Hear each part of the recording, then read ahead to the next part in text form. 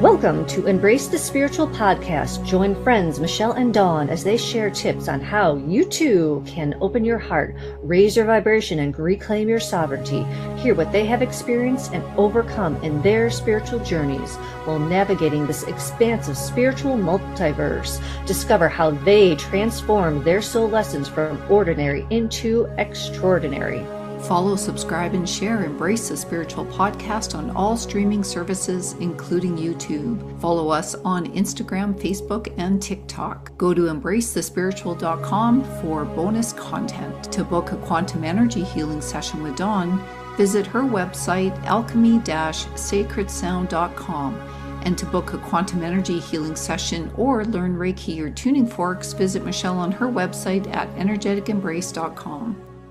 Welcome back. We are here to talk about spiritual programming, and this resonates with my heart so much because there is so much out there, and there are so many people who are just like, oh my God, I found the person who knows it all. And my inner self is just like, no, that's not true. It is so easy to lie about spiritual stuff. Just because you say you have love in your heart doesn't mean it's real. If you read the energy of these people that are talking to you, oh my goodness, it feels so yucky and it hurts my heart at times. Oh, it's heart discernment, people. It is so important to recognize when the truth is not being told. And just because they're adding a tag of I'm a spiritual psychologist or I'm a galactic whatever does not mean that they are telling the truth. Some people are only here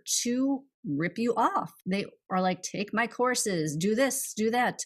You will, find enlightenment. You're going to find enlightenment if you go within, because we're all here. And I have talked with my team so much, and they're like, just because they think this is their reality, it does not mean that this is your spiritual reality.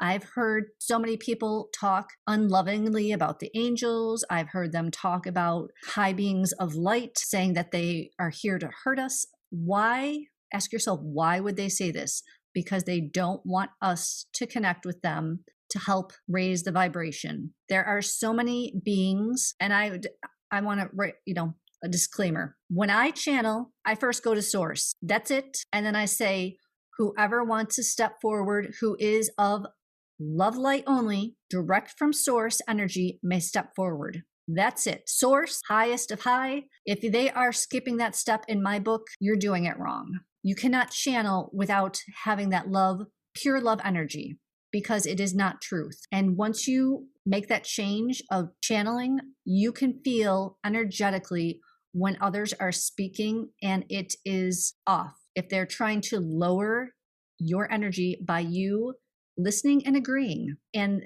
it is in that agreement that I have seen people give away their power. Don't agree to everything. You are giving it away. And it is so funny because I can see it happening. Let me think about that. Don't agree with what I say. I don't, it is all about heart discernment.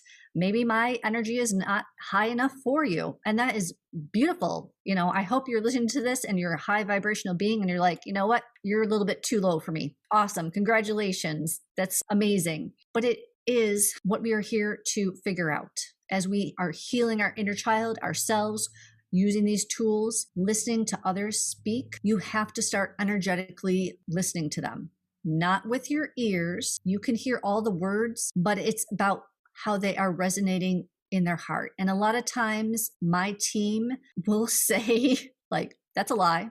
That's a lie. Oh, that feels yucky, because I can feel it. It feels like goo, like black goo in my heart. And I'm just like, who wants to be wading through all that yucky muck and dense energy when I'm way up here, hanging out with source, love, light, and then to be brought back down?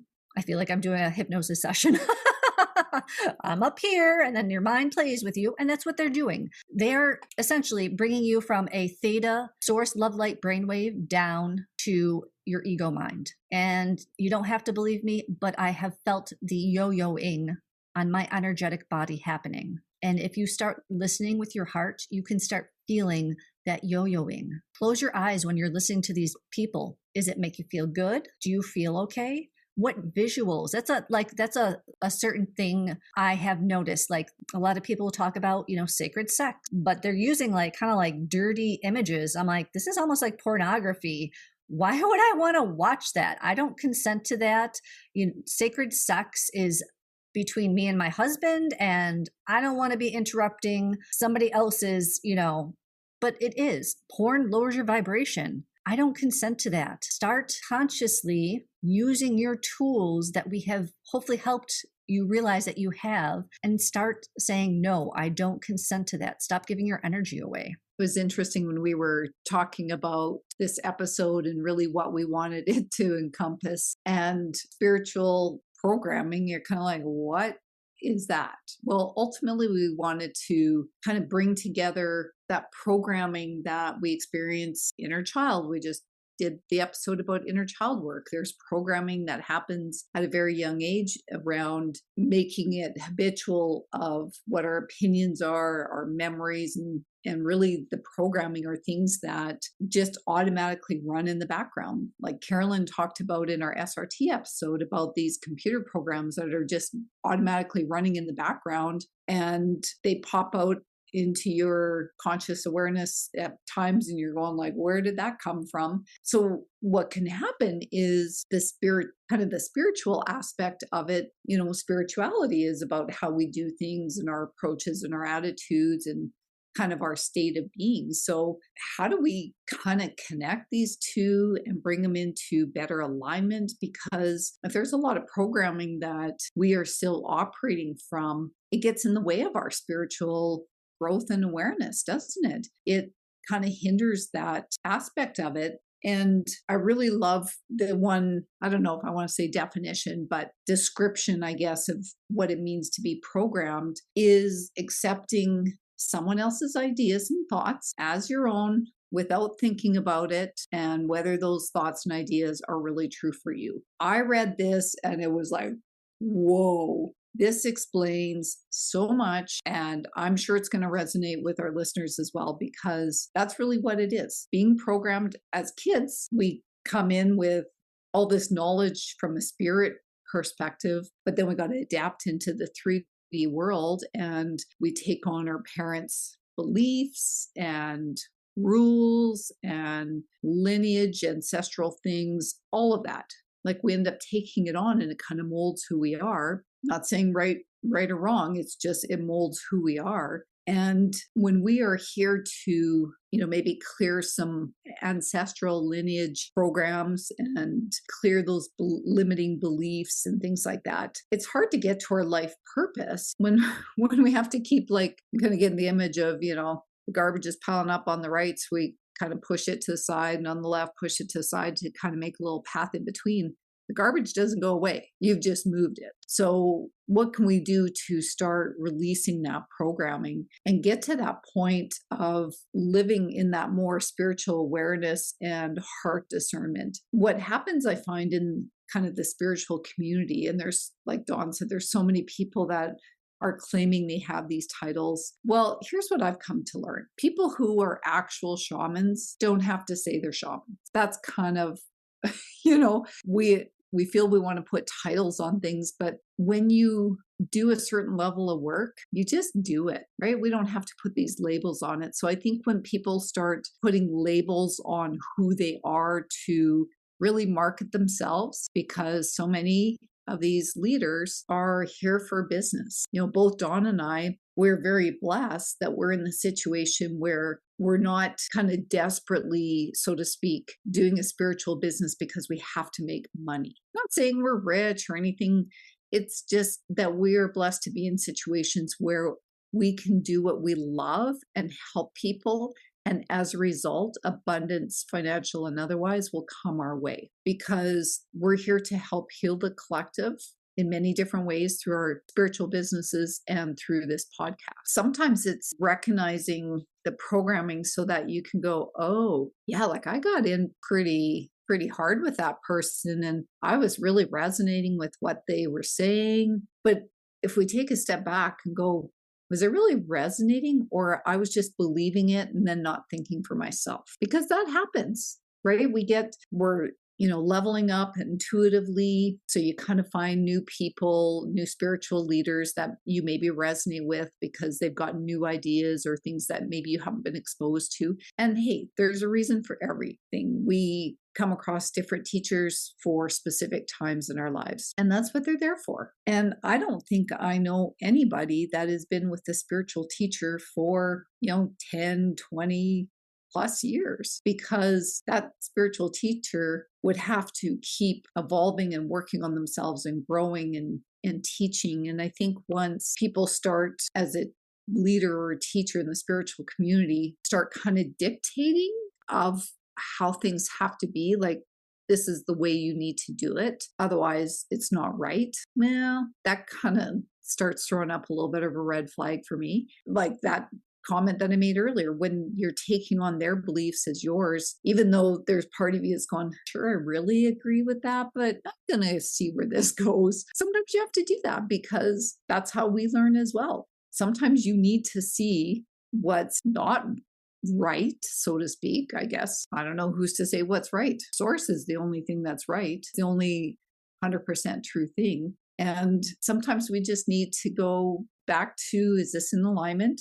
Like Dawn said, we could be on different timelines, even like our listeners to us, and something might not resonate right now, and it might resonate 6 months from now because there's some work that's being done. So I think there's so much around this programming and how it can impact your spiritual awareness.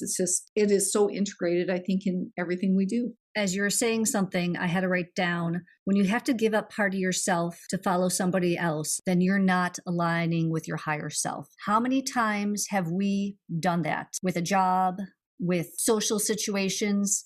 A lot, given up part of ourselves to be with a group. It happens all the time. And we have been programmed to not even recognize that it's happening. That's the thing. We have been, be with the in crowd when you're in school, be with the cool people at the office. It has been so ingrained in us that it's almost like a dysfunctional situation. And it is time to break free from it. I was just reading, as we're being socialized into a society as a young child, it is natural to accept all types of programming. We do need, concrete ideas and how to relate to the world around this and, us. And some programming is beneficial, how to behave.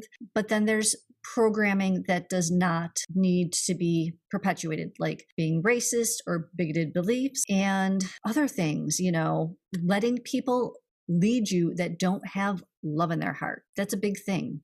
When you're listening to these spiritual people, and I look back because I grew up in the 90s and there was a whole bunch of spiritual people out there. Did they really have love in their hearts? I have read many books, and a lot of it was, this I am stuff, healing. I've done it all. And a lot of their books, it started off simple, but then they started using bigger words and they were saying the exact same thing. It never worked because they were lacking that component of love. Yes, they were selling billions of books and stuff and translating it into other languages, but how much of it really helped people? I can say for myself, zero, because it really didn't help me heal. It wasn't about healing. It was about, let's just manifest. It was missing those steps. And when you miss those steps and try to jump, to the beginning of the line, well, it's not going to work because that bouncer is going to say, you haven't earned your place, you got to go back. So think about who you're listening to. What are they saying? And I mean, really listen. And it's hard to describe energy from a verbal perspective because it's a feeling, it's a gut feeling. Sometimes my heart hurts when I hear people not tell the truth. And some people, if you don't know that it is energetic, like sometimes I feel like I'm having a heart arrhythmia. And then I realize, oh no, it's coming from my heart chakra, which is so close to my heart that I didn't even recognize that it's not my physical heart. It is from my energetic heart. So you really have to start learning to tune in to the fine points of your body. And I know it sounds, if you're listening to this for the first time and hearing it, it kind of sounds crazy, but I have a perfect situation. My husband thought that he was having like heart issues. And I said, It's energy. And he's like, because it had been going on for a week. Most people would run to the doctor.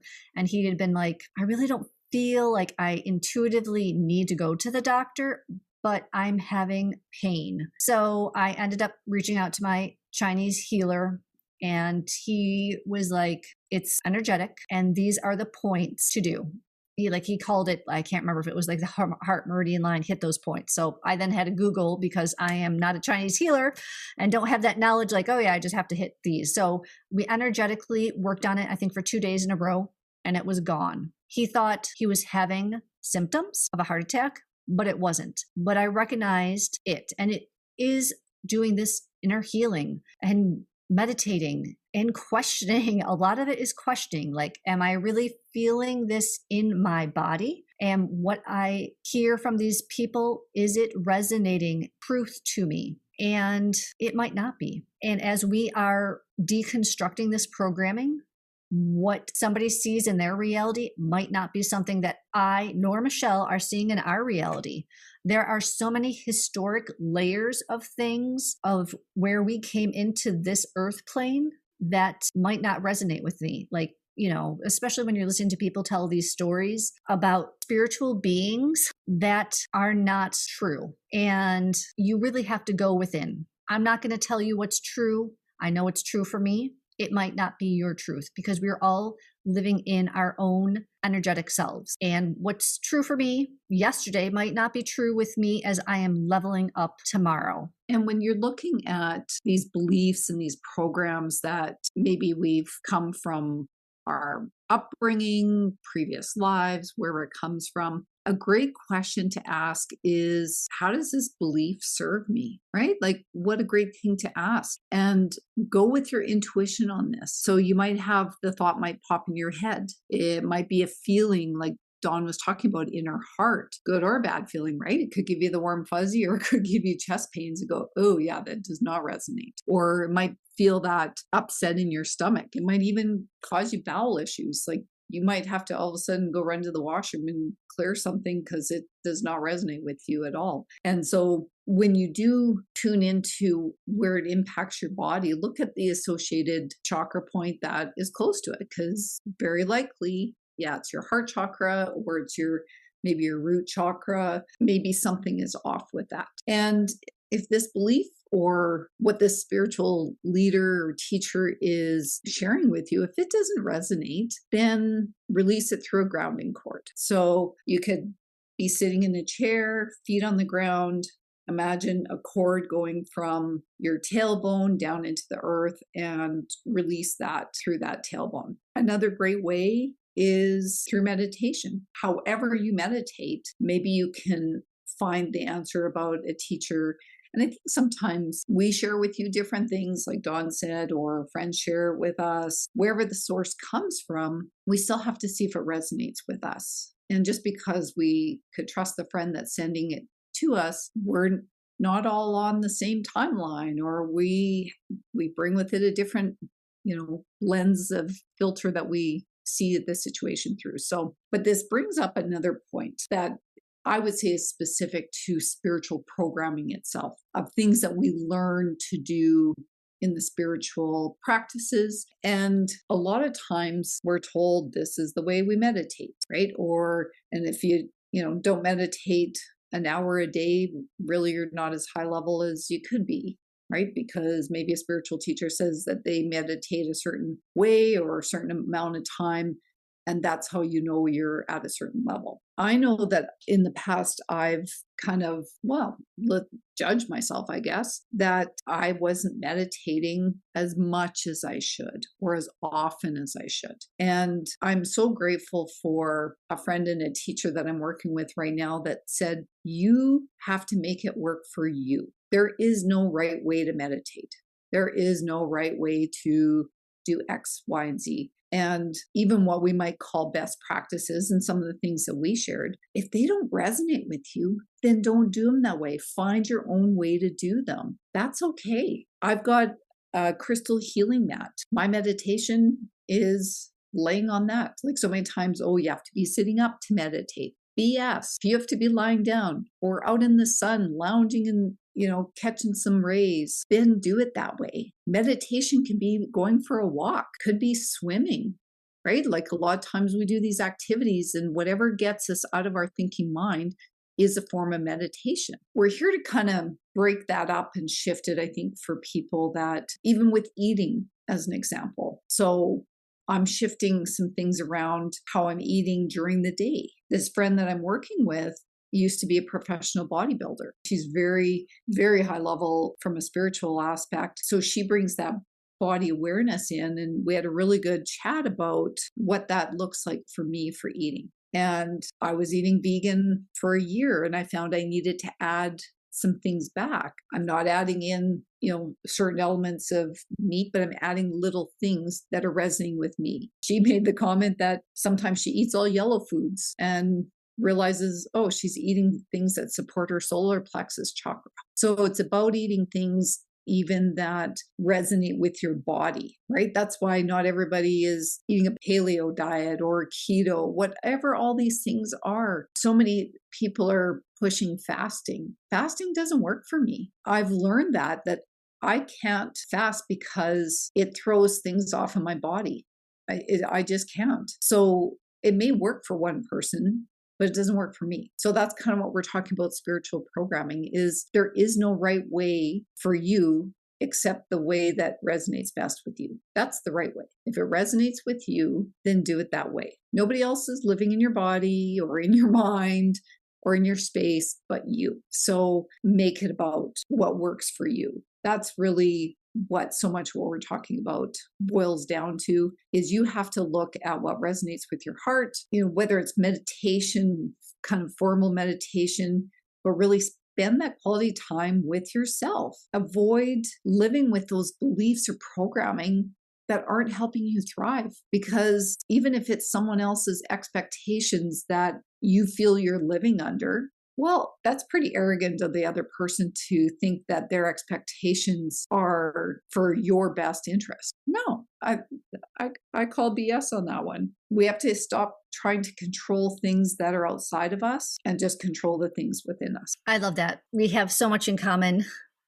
I don't meditate sitting up. I lay down, because oftentimes I go someplace, and it's funny that you say that, because a friend of mine was like, I was sitting in a chair and I almost fell over. And I'm like, I don't think you should sit in a chair anymore. Like, sitting in a chair for some of us is so dangerous, because when we hit that astral plane, we leave our bodies, and it's like, boom, you're gone. And if you are not in a position where you're going to be super stable, you can hurt yourself. So I said, why don't you try laying down? Because that's how I'd meditate. And there was another thing that you said, fasting doesn't work for me either. It is really hard for me to put on weight, but I'm finally getting to the point where I'm able to. And if I don't eat consistently, I don't feel good. My energy, because I am so high running, my energy and my level of tiredness, I just feel exhausted. Like, I cannot fast because it just burns me out quickly, and I don't have the energy to do anything. So it all depends on your body. And that's why we are telling you, you have to listen to you. You need to listen to your cues on how your body works, because we can give you a gazillion suggestions with programming, but it has to be about you and not us. And when you're talking, it reminded me of, a lot of us started off with a religious background. That is huge programming. I have many clients who are Catholic, and the listening to the TV talk, they want you to feel guilty about being you. You are born into sin. You're not a great person. What a horrible way to come into this life, to be told that you are starting it off on a wrong foot. And when I hear this, I'm like, I don't consent to this. And I thank my team for making me aware of the programming that so many people hang on to and think this is it. This is it. But really, how many people are in these religious organizations and are so dysfunctional? They aren't good people. They don't live by the true teachings of Jesus. And it saddens me, because we could have healed so much if these people were in their hearts full of love and were truly not, I'm going to say energetically greedy, because I feel like there's an energetic greed that happens when it comes to this work. I have seen people who, another pet peeve of mine is you can only wear white if you're on a spiritual journey. I can't wear white. If it's white and it's in my closet, it's a hot mess. I do dirty jobs. I work in the garden. It is not going to be clean ever. At the end of the day, my feet are always black unless I'm at some client's house, and then they're clean. So you have to realize, it all depends on what you energetically need. Maybe that color that you need to be wearing is blue or green. Don't fall into we're on a spiritual journey, so it has to be this color. That is BS. Another programming that we're trying to break. You know what you resonate with, and you resonate with it for a reason. It is part of your healing journey. And just because you don't want to wear white, it's okay. Because that's another big thing. I see the judgment in a lot of spiritual people when you're not wearing certain colors. And I don't consent to that. That's not cool at all. Wear what you want. There is not a perfect outfit or things that you should buy, except maybe buy more crystals because they always will help us. It's time to start using our mind along with our heart to realize that we have been infringed upon by a lot of these people. I have talked with a lot of friends who've been following people who they don't resonate with. And it's so easy, and we don't even realize it, to get caught up in the manifestation money loop. And I feel like a lot of spiritual people, that is their MO, but they're technically spiritually taking from you energetically so that they can feed their bank account. And no matter how much you give them, you're never going to energetically get that money that they say is going to come to you. And which is sad. We're all here to help each other. And this is another program that I don't consent to. There is no quick fix for coming into the fruition of money. We have soul contracts, and I'm not saying that you can't break it, but it's a lot more complicated, and it can be easy. Because we also forget, since we are living in this capitalistic system, that money is not the only currency that we have. We have love, we have happiness, we have so many things that get swept under the table that we forget about. And it's time to start thinking about the act of giving. That is a currency that we don't talk about a lot. Even just words of kindness is an act of spiritually giving through love to somebody else. And if we all spoke from our heart centers and gave that way, we would be in such a beautiful place. But unfortunately, because all people are still healing their inner child, they don't even know how to speak loving, kind words to each other, to themselves. And it's time to start taking apart that programming so that we can have that conversation with ourselves and with other people. One of the things that I like to think of as spiritual programming is when you have somebody that is, whether it's religion, spiritual, like I'm just talking in general, if a leader or teacher is kind of indoctrinating people until they believe that their own experiences and knowledge are wrong, or you don't have enough information. And usually spiritual programming is based on fear. So they want to instill that fear in us and control us with whatever techniques or methods that they're using.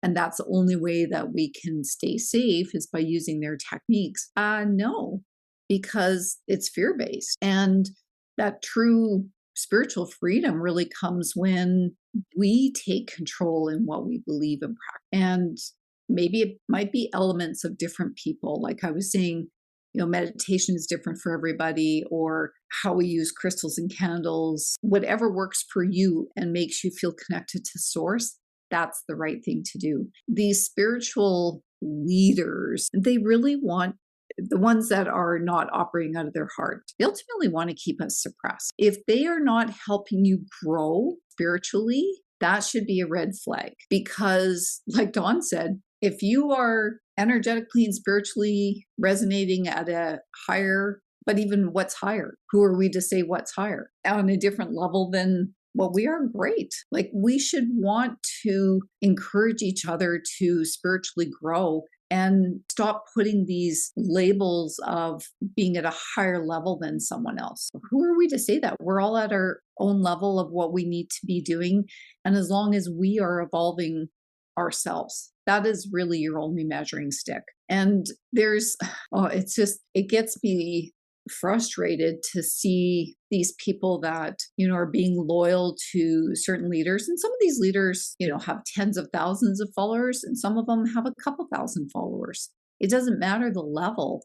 It's how does that person make you feel? Are they judging others? Because as soon as you're judging others, you're not really operating from your heart, in my opinion. And when they claim that there is only one version of what the spiritual world looks like, that's not the case. That is not the case. There isn't just one way. There are so many aspects of this vast universe that kind of looking through those kids' toys, little kaleidoscopes, you turn it and then it looks different.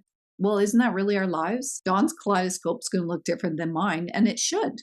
They shouldn't be the same because we're not on the same path, but we're going along this journey together. And I think that's the difference, is we're not in competition with each other. It doesn't matter whether we're doing the same energetic business services as each other, because there's room for everybody. We've talked about that in the past. Anytime a spiritual leader or teacher, I feel, is programming or kind of instilling programming into others, is when you feel that you need to look to them for an answer of what or who is good, or I heard this and they're like, oh, that's not true. Well, so why are we looking to one person to give us all the answers, or one or two people to give us all the answers? So, and that person should never make you feel bad for having a differing opinion, right?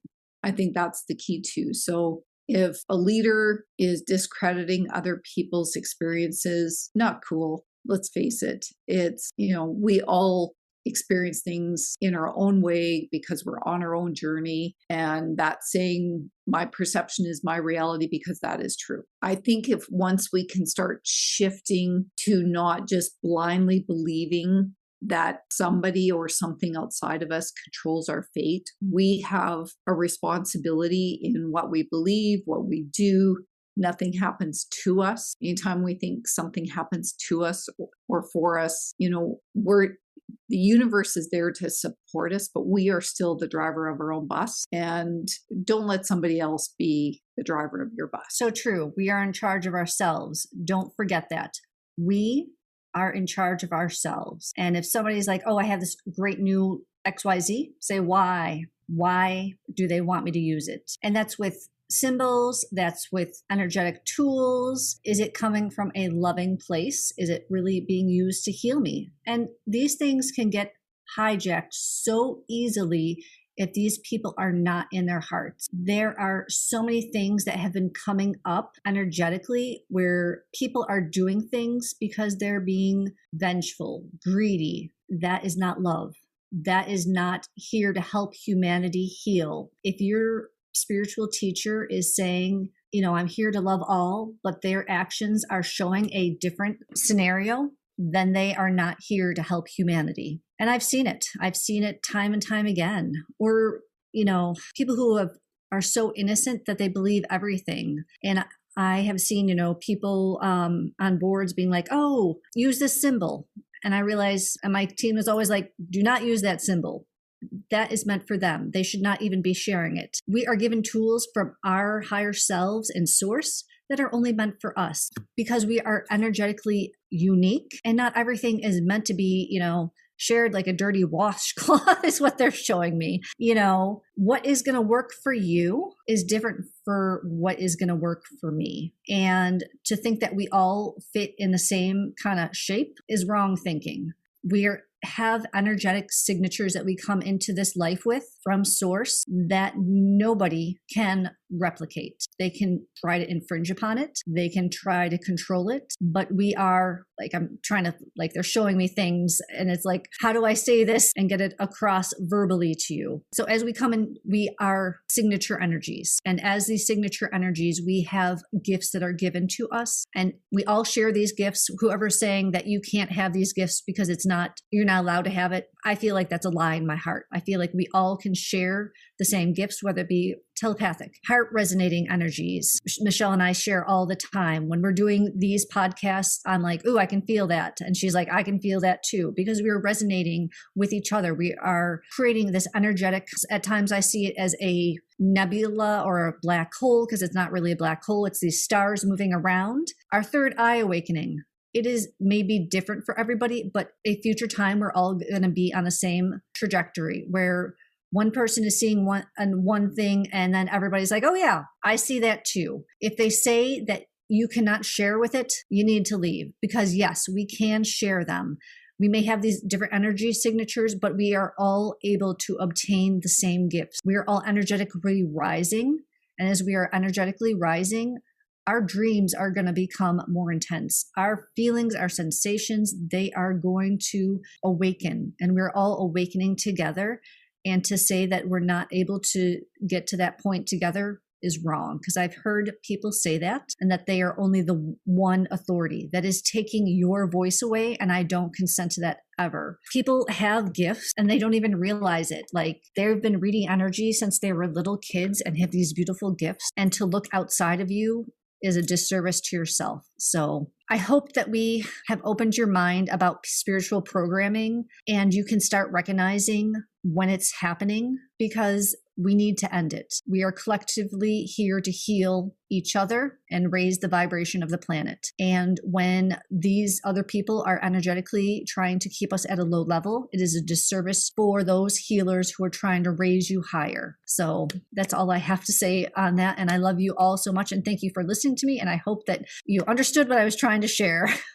Absolutely. And I'll wrap up by just kind of summarizing some key things, I think, for you to check in on spiritual programming, and whether maybe you're down a path that you don't want to be. Do that inventory of your spiritual practices. Which ones are feeling true and resonate with you? Are you doing some just because someone else told you to? And are you doing them based on fear? If you don't do these things, this is going to happen to you.